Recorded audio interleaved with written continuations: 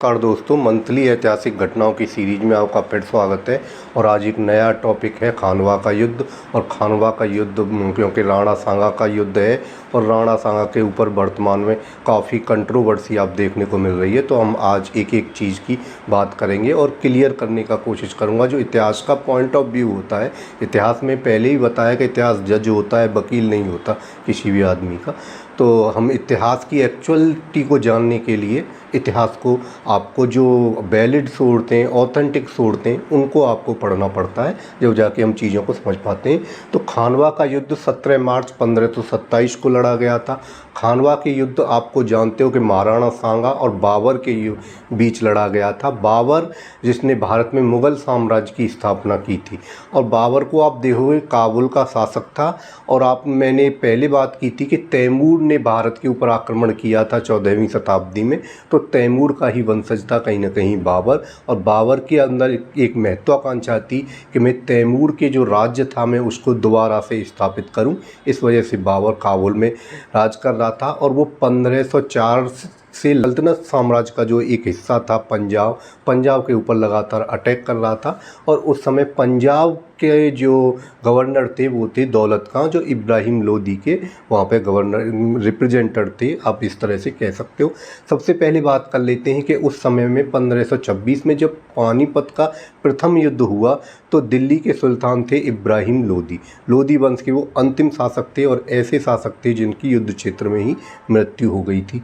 तो आपको ये बताता हूँ कि उस समय की ऐतिहासिक परिस्थितियाँ कुछ ऐसी थीं कि इब्राहिम लोदी से उनके जो अमीर जो सल्तनत काल और में जो मुस्लिम शासक था, अमीर का मतलब होता था सामंत। जहाँ पे हम हिंदू राजाओं के जो सहयोगी होते थे उनको हम कहते हैं सामंत, तो वहाँ ऐसे ही जो मुस्लिम बादशाह होते थे उनके जो सहयोगी होते थे उनको अमीर कहा जाता। तो उस इब्राहिम लोदी के अपने अमीरों के साथ अच्छे संबंध नहीं थे। उसका कारण ये था कि जब सिकंदर लोदी की मृत्यु हुई 1517 ईस्वी में, तो सिकंदर लोदी की मृत्यु के बाद सारे के सारे जो अमीर थे वो इस पक्ष में थे कि दिल्ली साम्राज्य को दो भागों में बांट दिया जाए।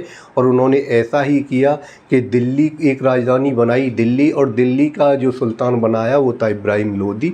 और एक जौनपुर को अलग कर दिया और जौनपुर का सुल्तान बना दिया इब्राहिम लोदी का एक भाई था जलाल खां उसको, जिसे लेके इब्राहिम लोदी काफ़ी नाराज़ था। इब्राहिम लोदी पूरी तरह से तुर्क जो शासन की जो प्रणाली थी उसको अपनाना चाहता था। इब्राहिम लोदी के बारे में बता दूं आपको कि जब भी वो अपने दरबार में आता था तो किसी भी दरबारी को बैठने की अनुमति नहीं थी। जब तक सुल्तान दरबार में रहेगा तब तक कोई भी अमीर दरबार में अपनी कुर्सी पर नहीं बैठेगा। और इब्राहिम लोदी कहता था कि शासक का कोई रिश्तेदार नहीं होता, सगा संबंधी नहीं होता, शासक होता है। इस तरह की बातें थी। दूसरी बात ये थी कि मैंने आपको एक युद्ध और बताया था कि पानीपत का थर्ड युद्ध हुआ था। उसमें कहते सिदासिव भाऊ जो नेतृत्व कर रहे थे मराठाओं का, वो हारे थे। मैंने उनकी हार के कारणों में एक प्रमुख कारण ये बताया था कि उनका व्यक्तिगत बिहेवियर यहाँ इब्राहिम लोदी का भी बहुत ख़राब था। पहली बात तो उनकी अपने अमीरों से ही नहीं बन रही थी। दूसरी बात ये थी कि जो लोकल शासक थे, जो प्रांतीय शासक थे उस समय पे, जहाँ मालवा हो, मेवाड़ हो, जो एक ताकतवर शासक थे, गुजरात के शासक हों, उनसे भी उनकी बिल्कुल भी नहीं बनती थी और कोई भी उनका सहयोग करने के लिए तैयार नहीं था।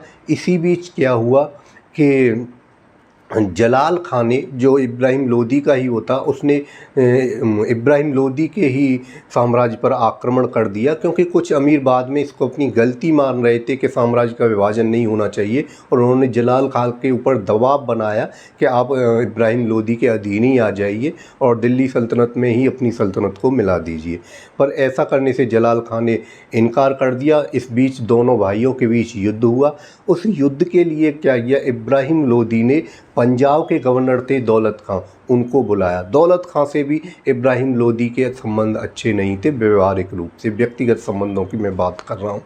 तो दौलत खां ने क्या किया कि दौलत खां खुद तो नहीं आए, लेकिन उन्होंने अपने बेटे दिलावर को इब्राहिम लोदी की सहायता के लिए भेजा। उससे भी इब्राहिम लोदी काफ़ी नाराज़ हुए। दूसरी बात, जब बात इतनी हो गई तो दौलत खां ने क्या किया कि दौलत खां ने काबुल के शासक बाबर से संपर्क किया कि आप ऐसा कीजिए कि आप दिल्ली के ऊपर आक्रमण कीजिए और मैं आपका साथ दूंगा उसमें। तो काफ़ी सोच विचार के बाद ये पता चला कि बाबर उसके लिए तैयार हो गया, क्योंकि बाबर लगातार पंजाब पे तो आक्रमण कर ही रहा था जहाँ वो सफल नहीं हो पा रहा था, लेकिन जब पंजाब का गवर्नर साथ देने को तैयार हो गया तो बाबर उसके लिए तैयार हो गया। लेकिन बाद में कुछ दिन बाद ही ऐसा हुआ कि बाबर ने जब आक्रमण किया तो दौलत खां लोधी अपने दिए हुए वचन से मुकर गया और उसने बाबर के ऊपर फिर आक्रमण करके बाबर को हरा दिया। इस तरह की परिस्थितियाँ कुछ बन रही थी। अब बात आ जाती है हमारी महाराणा सांगा के ऊपर। तो महाराणा सांगा के ऊपर भी आक्रमण क्यों हुआ बाबर का? बाद में पानीपत का प्रथम युद्ध हुआ, आपको पता है, इब्राहिम लोदी को हरा दिया गया। इब्राहिम लोदी के पक्ष में कोई भी जो भारत का शासक था वो उसके पक्ष में नहीं लड़ा, जबकि भी एक बाबर को, या आप एक विदेशी शासक कह सकते हैं, वो काबुल से आ रहा था, तैमूर का वंशज था।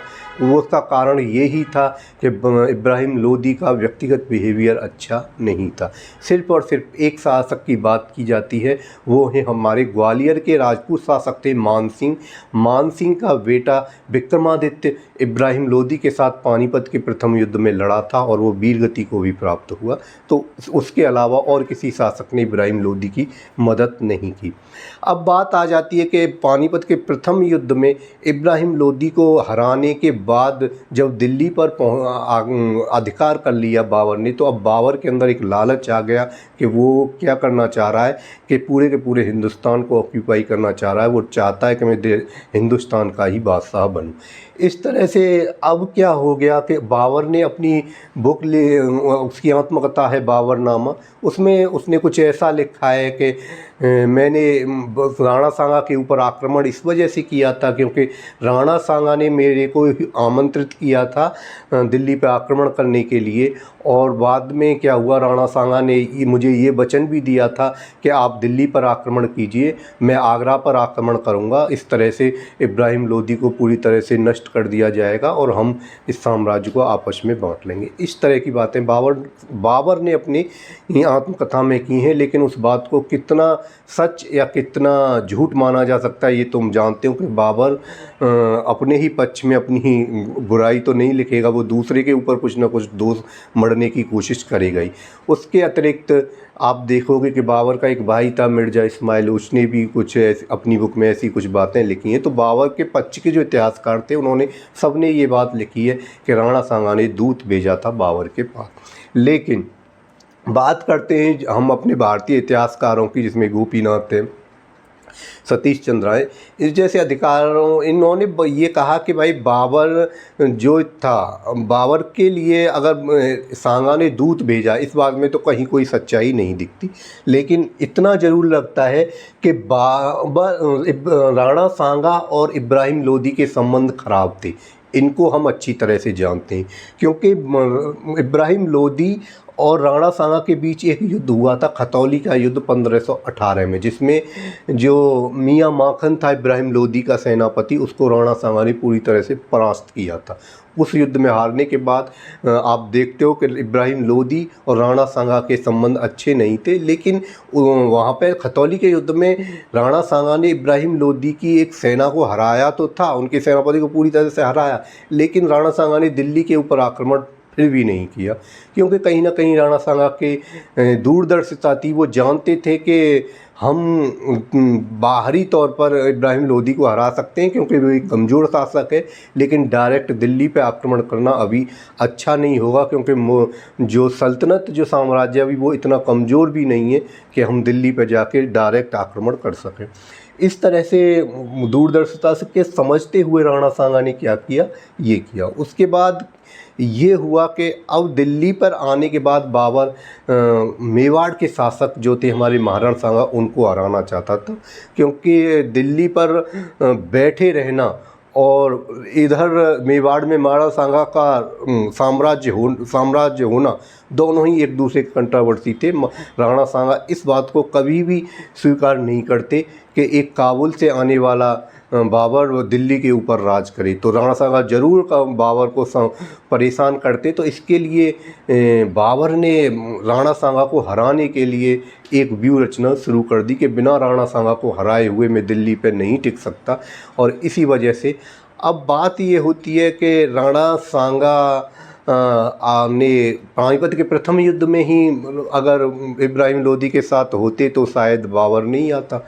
लेकिन आपको मैंने बता दिया, एक तो इब्राहिम लोदी के साथ राणा सांगा के संबंध अच्छे नहीं थे, और दूसरी बात ये थी कि राणा सांगा का कुछ इतिहासकार ये विश्लेषण करते हैं कि राणा सांगा ये मानते थे कि ये तैमूर का वंशज है, और जिस तरह से तैमूर भारत आया था और लूटपाट करके चला गया था, तो राणा सांगा की कहीं ना कहीं ये भी मान्यता थी कि ये भी तैमूर की तरह लूटपाट करके वापस चला जाएगा दिल्ली से, और उसके बाद हम दिल्ली को ऑक्यूपाई कर लेंगे, दिल्ली के ऊपर अपना साम्राज्य स्थापित कर लेंगे आराम से। तो ऐसा नहीं हुआ। लेकिन अब क्या हुआ कि बाबर ने वहाँ पे सेना भेजना शुरू कर दी राणा सांगा के साम्राज्य के पास। तो वहाँ हम देखते हैं कि सबसे पहले बयाना का युद्ध हुआ था फरवरी 1527 में, और बयाना के युद्ध में एक बाबर का सेनापति था मेहदी ख्वाजा। मेहदी ख्वाजा को बाबर सांगा की सेना ने बुरी तरह से परास्त किया, हरा दिया, और वो युद्ध क्षेत्र छोड़ के भाग गया। और उसके वहाँ भागने के बाद उसने बाबर को बताया कि राणा सांगा की सेना बहुत विशाल है, बहुत मजबूत है, उसे हराना लगभग असंभव है। हमारी खैरियत इसी में है कि हम दिल्ली को छोड़ के चले जाएं, राणा सांगा की सेना से लड़ना पॉसिबल नहीं है। इस तरह की बातें मेहदी ख्वाजा ने की। लेकिन बाबर इस बात को भांप चुका था कि महाराणा सांगा बहुत शक्तिशाली राजा तो है ही है, लेकिन उसे हराने के लिए उसके पास टेक्निक नहीं थी। दो पद्धति थी जो बाबर भारत में लेके आया था, तुगलकमा पद्धति और तोपखाने के दम पर उसने पानीपत का प्रथम युद्ध जीता था। उसी की पद्धति को लेके बाबर राणा सांगा को हराना चाहता था। उसके लिए अब ये था कि उसके जो सैनिक थे वो टूट चुके थे, उन्होंने महाराणा सांगा की जो शक्ति थी उससे एक बार वो परिचित हो चुके थे।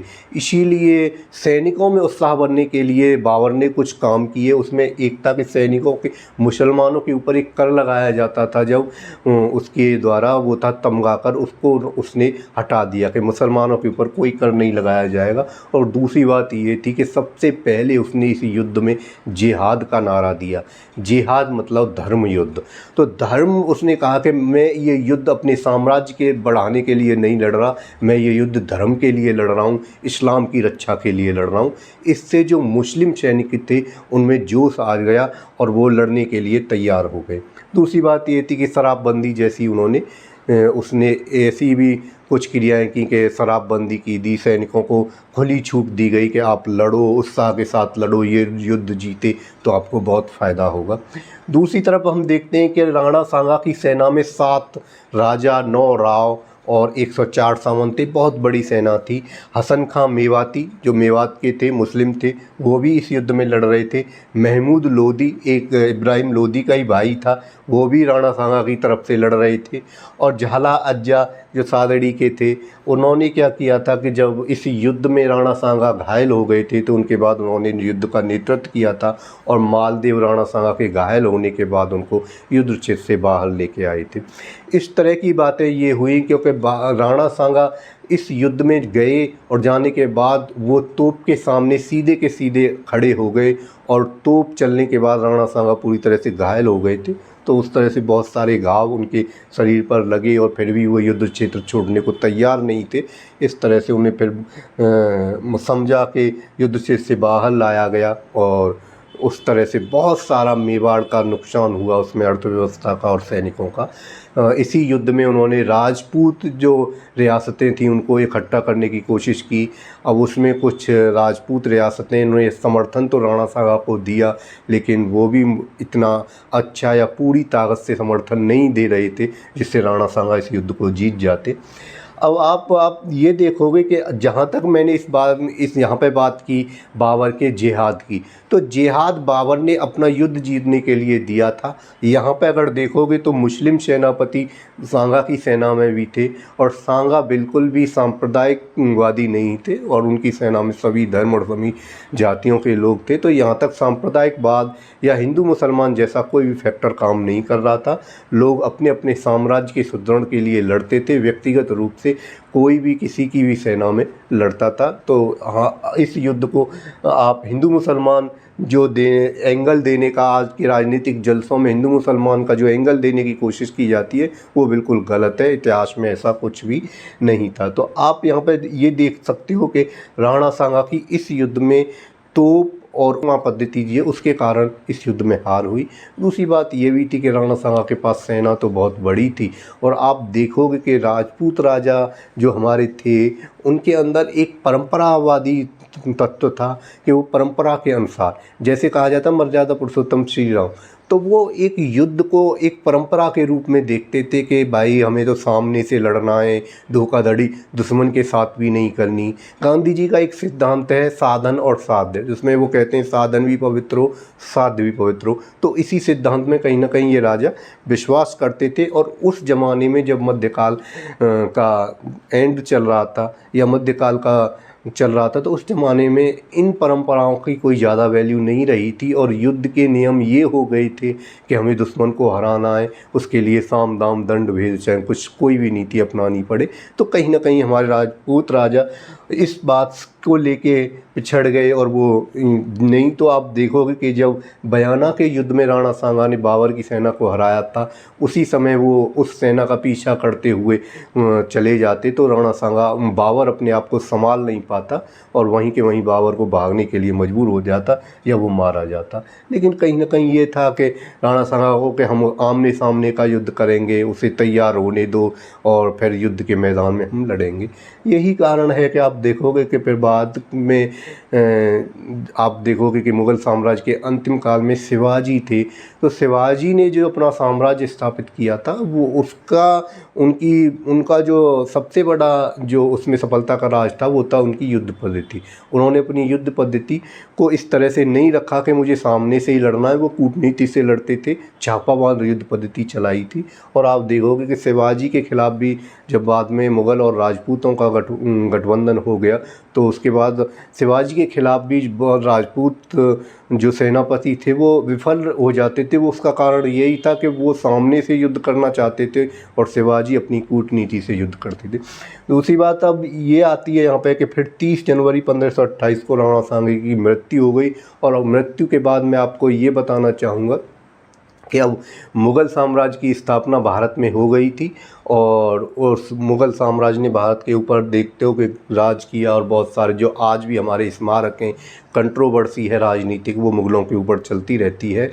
और क्योंकि उस समय हिंदू मुसलमान का कोई एंगल नहीं था। मैं आपको ये भी बताना चाहूँगा कि राणा सांगा की पत्नी थी कर्णावती, और कर्णावती ने राणा सांगा की मृत्यु के बाद जब बहादुर शाह ने मेवाड़ के ऊपर आक्रमण किया, तो कर्णावती ने ही बाबर के बेटे हुमायूं को राखी भेजी थी। तो इस तरह से आप देख सकते हो कि यहाँ पे कोई भी, और उस राखी के बदले हुमायूं लेट ही आया, लेकिन मेवाड़ की रक्षा के लिए हुमायूं आया था, और बाद में उसने उस राखी का बदला चुकाते हुए बहादुर शाह को हराया भी था और उसका